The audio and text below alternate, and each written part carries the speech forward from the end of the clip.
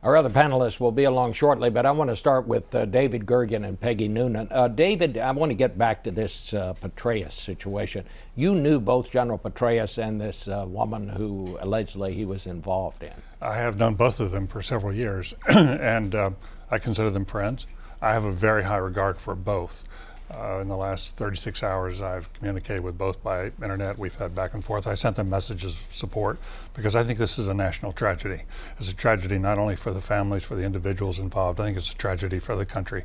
David Petraeus, a warrior scholar, I think he's been one of the finest leaders of his generation. He's an iconic figure for any number of young troops. Well, I can't tell you, in the last few days, I've talked to people who've served under him, and they are devastated by this because they look up to him so much. Do you think that it seemed like they were really anxious to get him out of there once this happened? Well, it's hard to tell. The accounts about Mr. Clapper and sort of telling him he really needed to resign, I think, that's all, I only know that secondarily through the press. I also will tell you this, that the code of honor goes very deep in General Petraeus. And I do believe that he is, he has a sense of shame about this, a sense that he's acted dishonorably, and he would act out of a sense of honor. I think I can't tell you how important it's so, it's what they teach in the military, and it's what he lived up to all his life. I would hope people would remember there have been other great leaders in this country. Remember President Eisenhower, when he was General Eisenhower and Kay Summersby, and how important that relationship was to him. Remember Franklin Roosevelt and Lucy Mercer, how important that relationship was to him in the Second World War.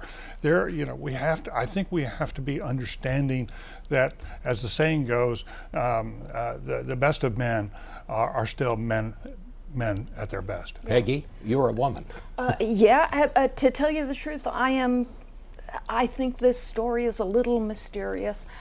I don't really understand why the general, having made a painful mistake, painful for himself and his family, why he had to leave and why he was, according to the press, advised to leave. And I understand what he would feel as the breach of honor, but this is a truly great and constructive American career. And